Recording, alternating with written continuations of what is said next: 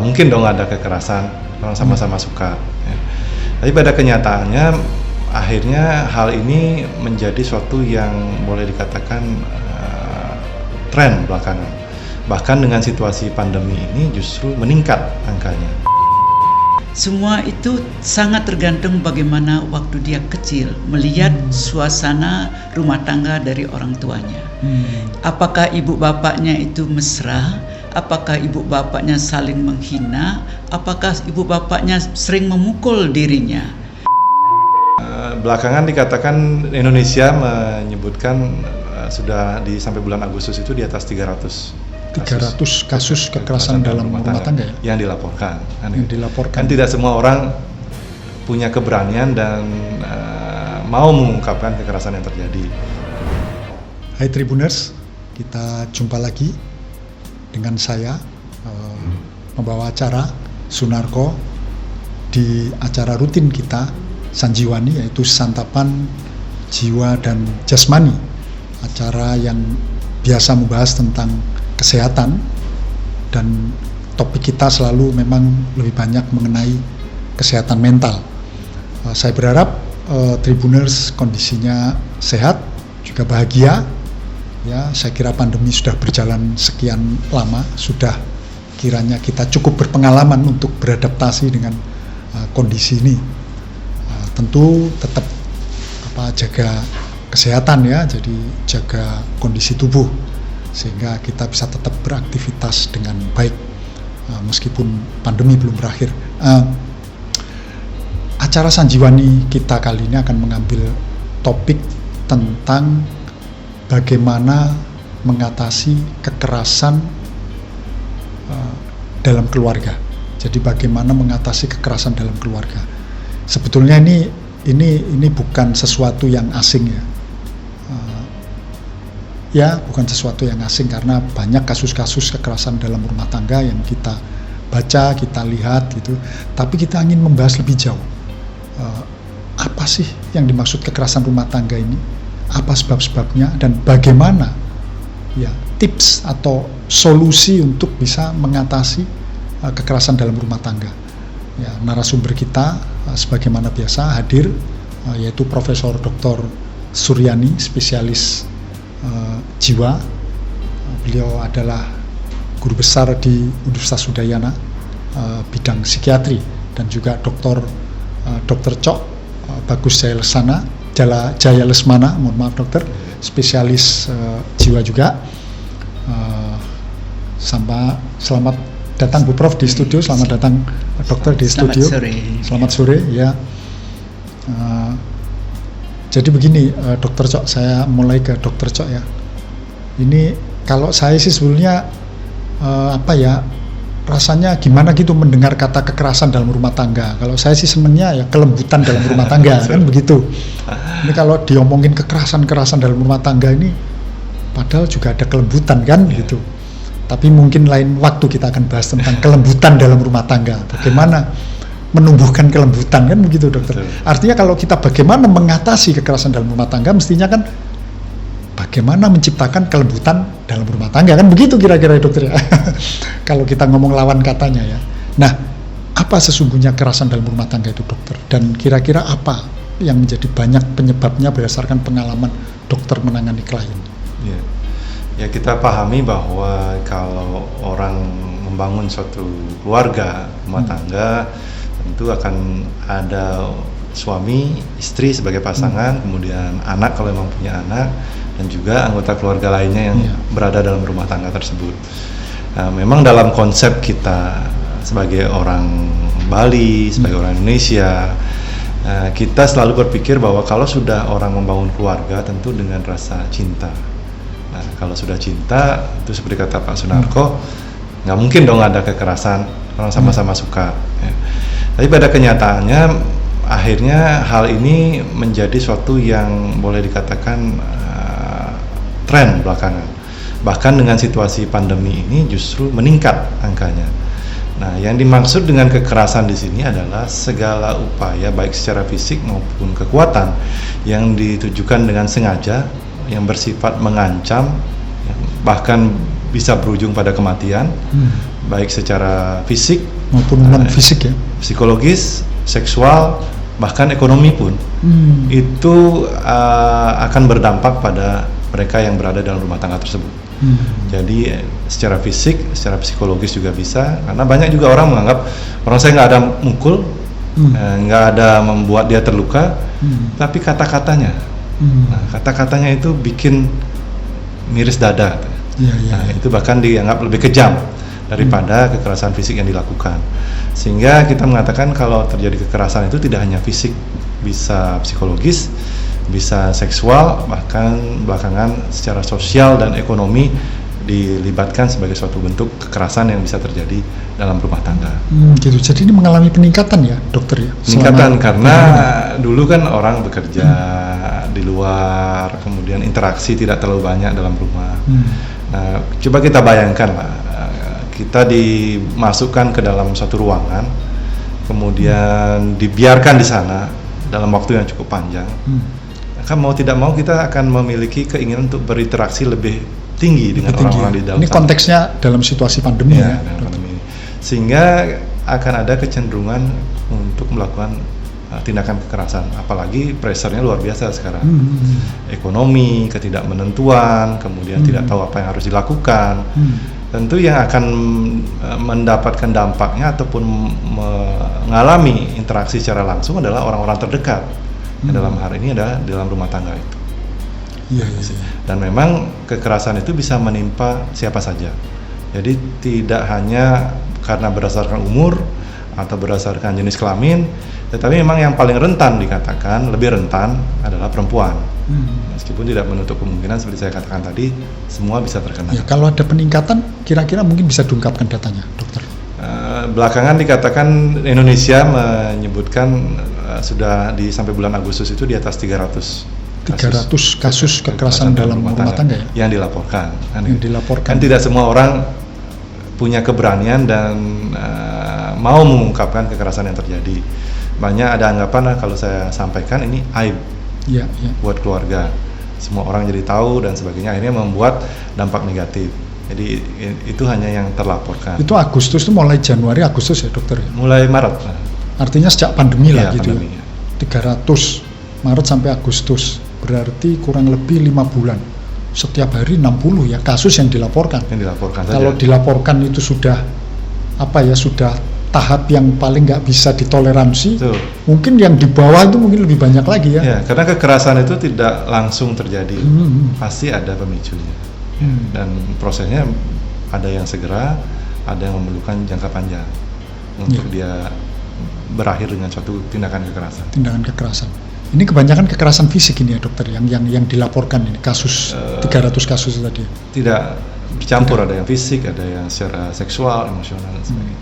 Nah ini kita coba dalami lagi, Bu Prof Suryani, berdasarkan pengamatan Ibu, kira-kira apa penyebab terbesar kekerasan dalam rumah tangga itu?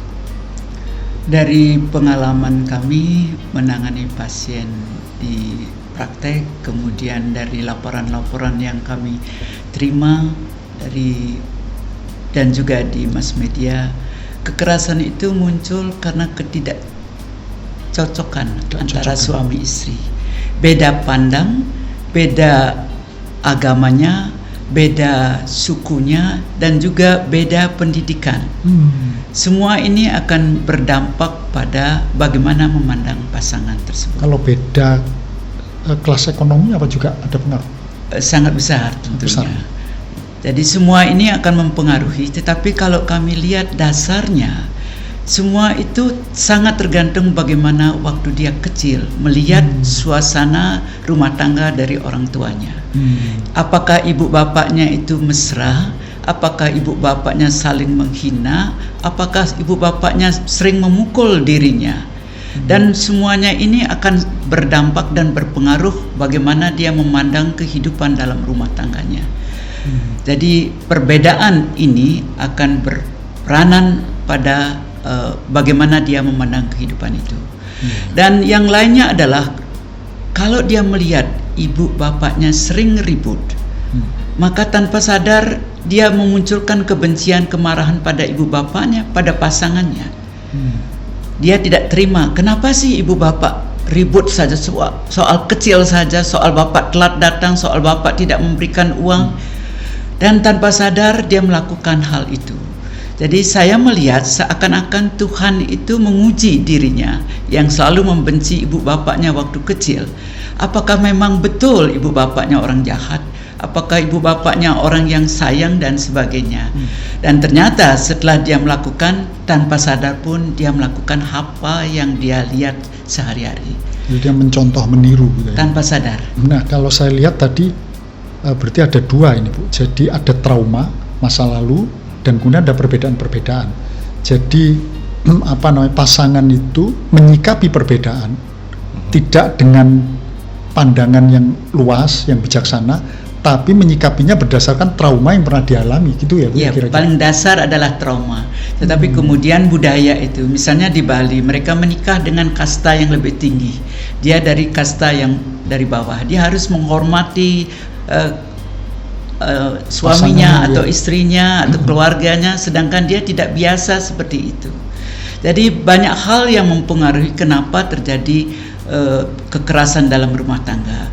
Karena itu sebaiknya sebelum mereka menikah harus kenal siapa pasangannya, dari mana mereka, apakah mereka berasal dari keluarga yang sering berkelahi, apakah keluarga yang saling mencintai, saling menghargai, dan juga pendidikan sangat penting. Tapi banyak orang melihat ketika terjadi suatu kekerasan itu langsung menuju ke pelaku. Iya. Ini penyebabnya. Padahal seperti tadi kata Prof, kan kekerasan itu terjadi sebagai suatu hal yang kompleks ya. Banyak faktor yang menyebabkan orang melakukan tindak kekerasan itu. Bukan serta-merta kemudian dia menjadi pelaku, dialah penyebab segalanya. Kan tadi ada karena faktor dia dibesarkan waktu kecil, orang tuanya, kemudian bagaimana dia tumbuh dan berkembang di lingkungan yang seperti apa, yang kemudian ketika menikah, nah ada perbedaan-perbedaan dengan pasangan, tentu ini juga akan menimbulkan friksi-friksi yang di awal mungkin bisa diterima karena ya sedang senang, sedang cinta dengan istri, tetapi kemudian lambat laun apa yang menjadi dasar pola pikirnya itu muncul dan itu yang menjadi tindakan atau aksi untuk menyelesaikan permasalahan yang dihadapinya. Jadi kalau istilah umum itu aslinya kelihatan. Jadi ketika awal-awal itu karena saking besarnya rasa cinta, itu masih ketutupi kan gitu, perbedaan-perbedaan itu, atau masih dianggap disisihkan lah. Tetapi kemudian makin lama muncul problem, aslinya kelihatan ya. Gitu. Sehingga ada yang bilang ini masa pacaran dan masa menikah seperti bumi dan langit. Bumi dan langit ya. Kalau ketika pacaran menikah di awal-awal ya milikilah diriku selamanya, itu kan kalau seperti di lagu. Tapi habis itu, nah sudah lain lagi. Tapi tidak hanya masalah dalam keluarganya, tetapi masalah waktu dia TK, waktu SD, waktu SMP, SMA, itu trauma di sekolah itu sangat besar pengaruhnya, apalagi kalau gurunya melecehkan atau teman-temannya membuli dan sebagainya, itu sangat berpengaruh. Karena itu dari dalam penelitian kami, bisakah kita memperbaiki traumanya waktu dalam kandungan, traumanya waktu dia dibesarkan, dan trauma waktu dia di sekolah. Dengan memperbaiki trauma ini, dia akan bisa melihat kehidupan lebih wajar lagi. Kita mencintai pasangan, kita memilih pasangan ini bukan untuk berkelahi, tapi untuk saling memahami dan saling mencintai serta mengasihi. Nah ini Bu, saya lihat jadi begini, ini kita sudah mengarah ke solusi. Jadi berarti ada trauma-trauma, ada perbedaan. Perbedaan ini disikapi dengan cara pandang yang didasarkan pada pengalaman pahit masa lalu kan gitu. Nah kemudian seperti yang Bu Prof katakan, maka cara penyelesaiannya menurut Bu Prof adalah bagaimana mengatasi trauma itu dulu, gitu Bu Prof. Jadi kalau perbedaan itu tidak ya kan agak susah mengatasi perbedaan gitu kan. Kalau mengatasi trauma diharapkan pola pikir dan cara pandangnya kemudian berubah, begitu Bu? Iya. Kalau misalnya trauma itu diperbaiki, bisa memahami orang lain, bagaimana merasakan orang lain, perbedaan yang dihadapi waktu menikah, apakah beda kasta, beda pendidikan dan lainnya, itu tidak terlalu besar peranannya. Tetapi kalau trauma ini masih ada, trauma inilah sebenarnya yang mempengaruhi kekerasan dalam rumah tangga, timbulnya percekcokan, perceraian dan sebagainya. Jadi trauma ini besar sekali sumbangannya bagi terjadinya konflik atau kekerasan dalam rumah tangga ya, dokter ya. Tapi jarang yang mau melihat penyebabnya, Pak. Lebih senang melihat dampaknya, korbannya, tanpa pernah mau menelusuri ini apa sih yang menjadi dasar, yang mana yang harus diperbaiki. Lebih senang ya karena sudah ada korban, tangani korban. Tapi kita pahami bahwa kalau seseorang menjadi korban, itu dia akan bisa berulang mengalami atau berada di posisi sebagai korban, karena ada yang namanya siklus kekerasan. Di awal terjadi peningkatan friksi-friksi yang kemudian berakhir dengan suatu tindakan kekerasan, tetapi setelah terjadi kekerasan itu biasanya mereka ada rasa bersalah, mencoba untuk entah memaafkan dirinya atau memaafkan korban yang menjadi korban kekerasan. Nah, ketika terjadi proses pemaafan itu, maka ini yang kita sebut sebagai honeymoon effect. Mereka merasa berharap pelaku akan tidak melakukan lagi, korban berharap bisa memaafkan dan berproses seperti sebelumnya. Tetapi masa ini tidak akan berakhir lama. Akan ada kembali upaya-upaya untuk timbulnya kekerasan, karena seperti tadi penyebabnya tidak kita selesaikan. Jadi Sehingga kalau fokusnya hanya pada dampak itu bisa akan berulang terus, karena ini menjadi sebuah siklus akhirnya. Apalagi kalau dampak itu kemudian diseret-seret ke masalah hukum, malah tambah ruwet, tambah gitu ya. Akhirnya yang terjadi seperti sekarang kita lihat banyak yang meminta cerai, kemudian banyak kasus di pengadilan karena kekerasan dalam rumah tangga ini, tanpa mencoba memberikan solusi bahwa ini ada keluarga yang sedang berproses, ada keluarga yang sebenarnya bisa dibenahi untuk kemudian mencapai yang namanya keluarga bahagia tadi. Ya. Wah, ternyata memang membangun keluarga ini nggak mudah ya. Ya, harusnya sebelum menikah mereka diajak ngobrol dahulu. Apakah memang ini pilihannya? Bisakah dia memahami pasangannya? Mampukah dia dalam perbedaan agamakah, dalam perbedaan pendidikan, dalam perbedaan pola asuh, bisa memahami satu sama lain? Kalau tidak, maka baru menikah sudah akan terjadi perceraian. Karena trauma itu akan sangat besar mempengaruhi cara pandang bagaimana pasangan itu. Nah, karena itu sering kita lihat baru menikah sudah ribut, dan kalau ini terjadi keributan, itu pun masuk trauma yang besar dalam menilai mertuanya, keluarga suami atau keluarga istri, dan akhirnya tidak ada keinginan untuk bagaimana kita bersatu. Jadi ada trauma atau pengalaman pahit masa lalu, muncul kekerasan, kemudian tuh menjadi trauma baru kan begitu. Jadi bisa semacam spiral trauma gitu ya, Bu Dokter. Nah, ini kan begini, itu tadi penting untuk saling menyadari yang begitu, Prof. Supaya tidak fokus hanya pada dampak. Nah, itu sejauh ini ya, langkah yang diambil katakanlah misalnya pemerintah di pengadilan atau mungkin ada regulasi-regulasi, itu mengarah ke penanganan dampak atau ke penanganan penyebab kalau menurut pengamatan atau apa ya kajian Dokter Cok? Lebih kepada bagaimana melindungi untuk tidak terjadi kembali, tidak terulang dan tidak menjadi korban kembali. Tapi efek jera yang diharapkan itu sering justru tidak muncul karena seperti tadi, penyebab dari kenapa pelaku melakukan tindak kekerasan itu tidak ada yang menelusuri. Berharap ketika dihukum dan dibawa ke lembaga pemasyarakatan, di sana mereka akan belajar untuk introspeksi diri. Tapi kenyataannya kan kita ketahui lembaga pemasyarakatan bukanlah solusi ya untuk hal-hal semacam ini.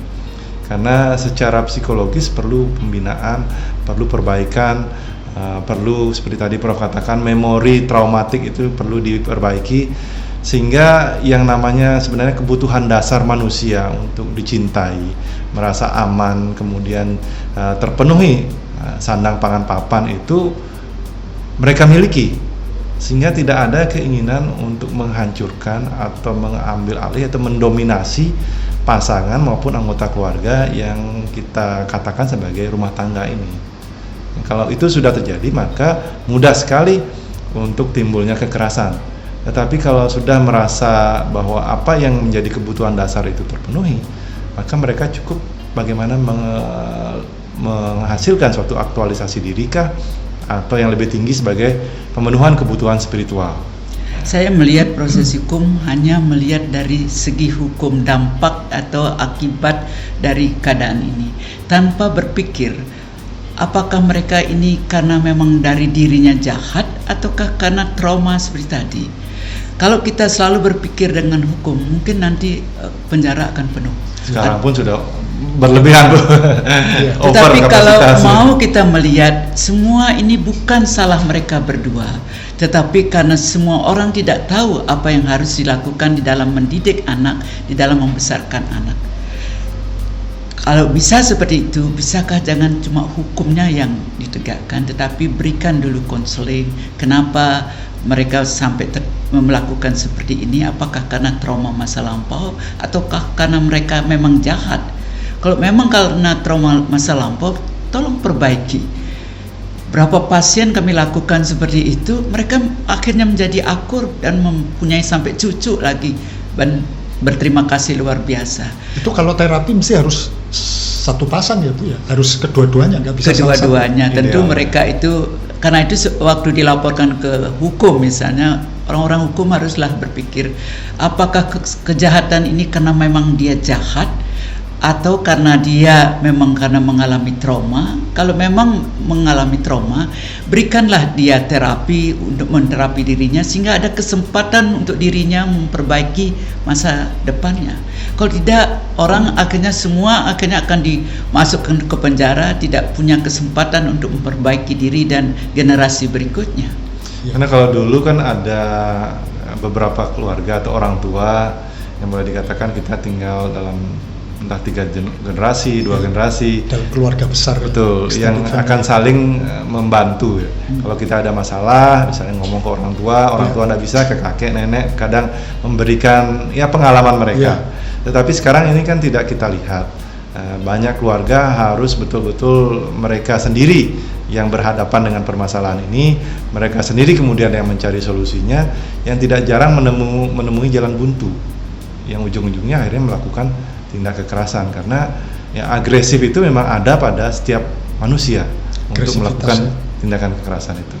Jadi kekerasan itu tidak hanya pada laki. Sebab selama ini orang mengira yang laki yang keras, perempuan laki sama kerasnya juga. Bisa nampar juga. Bisa. Lebih kejam dari laki-laki. Ada juga laki-laki yang ditampar ya diam saja Bu ya. Wah, itu berarti masuk isti itu Bu. Karena itu jangan membedakan, jangan membedakan casingnya laki, tapi mungkin pemikirannya gitu ya.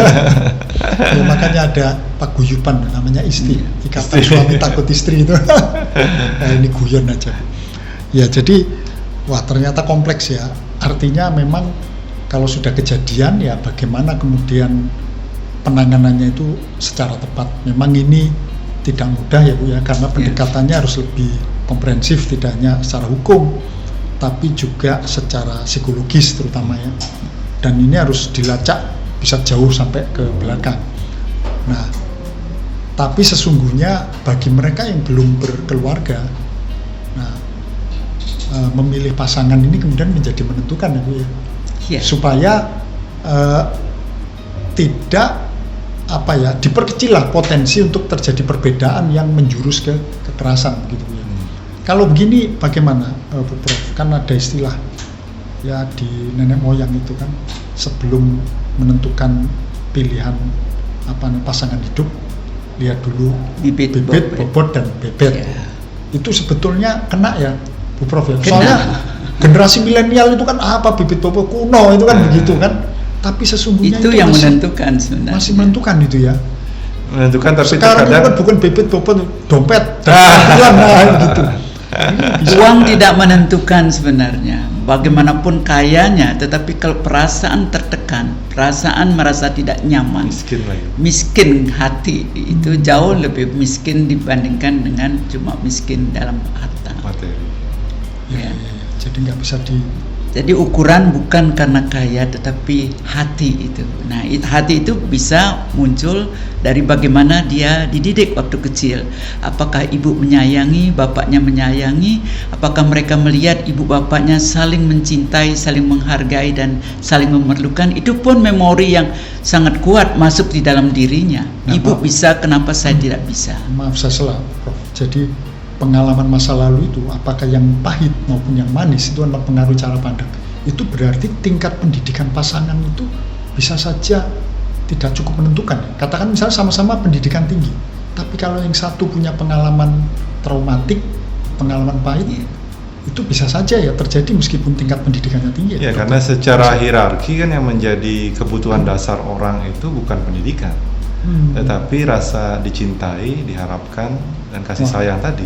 Menarik ini ya. Kalau itu yang tidak terpenuhi, walaupun pendidikannya tinggi, maka seperti kata Prof tadi, miskin hati.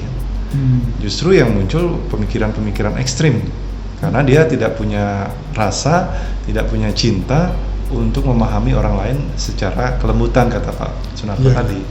Ya, baik Pak Dr. Cok sama Bu Prof Suryani. Sebenarnya ini menarik. Ya, sama seperti perbincangan kita tentang bagaimana mencegah bunuh diri kapan hari itu, Prof, itu cukup banyak tanggapan dalam pemberitaan itu, karena tidak disangka angkanya lumayan ya di Bali. Selama hampir 7 bulan itu bisa sampai 53 kasus gitu kan. Orang pingin kemudian menggali kenapa kalau lebih banyak laki-laki, terus ada apa ini kan, gitu. Dan mengapa perempuan itu lebih kuat, lebih tangguh. Nah, saya kira ini juga mungkin perlu di episode berikutnya kita lanjutkan gitu, pembahasan tentang ini, senafas dengan ini nanti dengan subtopik yang agak berbeda ya, Bu Prof sama Dr. Cok. Saya kira demikian Tribuners perbincangan kita kali ini. Sebetulnya cukup banyak yang masih bisa kita dalami dari problema atau dari isu kekerasan dalam rumah tangga kali ini. Semoga nanti di lain kesempatan kita bisa angkat lagi topik ini dengan subtopik yang lebih menjurus supaya pembahasan kita lebih mendalam. Terima kasih atas perhatian dan partisipasinya, untuk atensinya untuk acara ini. Jangan lupa untuk membaca berita-berita terpopuler dan terkini di www.tribunbali.com, serta ikuti akun media sosial Tribun Bali baik di Instagram, Facebook maupun di YouTube. Kita jumpa lagi di lain kesempatan. Terima kasih. Baca berita selengkapnya di www.tribunbali.com, baca juga koran Tribun Bali, dan jangan lupa follow, like, komen, dan share Facebook, Instagram, dan YouTube Tribun Bali.